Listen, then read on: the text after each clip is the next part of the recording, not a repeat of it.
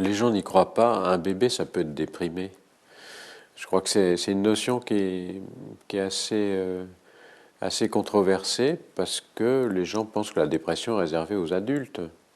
Déjà, quand on a commencé à parler de la dépression pour les adolescents, les enfants, beaucoup étaient sceptiques. Mais alors quand alors là, on a commencé à parler de la dépression pour les bébés, alors là, c'est carrément difficile à accepter. Un bébé dans l'esprit des gens, c'est un petit enfant qui va très bien, qui se développe à la mesure de son nourrissage. Et à l'époque, d'ailleurs, on appelait ça des nourrissons. Maintenant, on appelle ça des bébés parce que justement, on s'est rendu compte que le bébé avait des compétences, il pouvait babiller, bébé. Et alors évidemment, c'est difficile d'accepter qu'un bébé a aussi une vie psychique. Hein. Il éprouve aussi des douleurs, des sensations de plaisir et tout ça. Et à partir du moment où on admet l'idée qu'un bébé peut éprouver du plaisir, des sensations de bien-être, eh bien on est obligé tout logiquement d'accepter que de temps en temps il peut être amené à éprouver des sensations de déplaisir, des sensations de mal-être.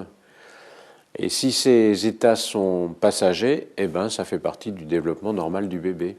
Mais dans certains cas, ces états peuvent devenir permanents. Et à ce moment-là, le bébé va se trouver déprimé. Alors le bébé déprimé, comment est-ce qu'il va le dire, le bébé déprimé?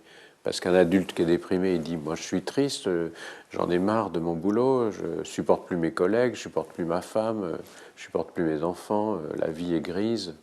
Mais un bébé, comment ça dit qu'il est déprimé? Ben, ça va le dire principalement par son corps. On pourrait dire que le bébé déprimé, c'est un bébé qui va perdre au fond ses capacités interactives. C'est comme si les choses s'éteignaient progressivement dans l'interaction. Comme si au fond ce bébé perdait ce plaisir de la retrouvaille.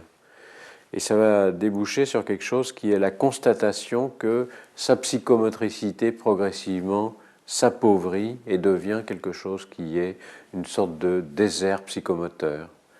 Et puis, dans certains cas, ça va aller jusqu'à ce qu'on appelle la désorganisation psychosomatique, c'est-à-dire que ce bébé, qui s'est au fond progressivement retiré de l'interaction, qui s'est progressivement désorganisé sur le plan psychomoteur au point de paraître vraiment presque en retrait, eh bien ce bébé-là, il va attraper les maladies qui passent par là, il va avoir des affections ORL, il va avoir des angines, il va avoir tout un tas de choses comme ça, et toutes les maladies psychosomatiques qui ont été décrites au sujet du bébé.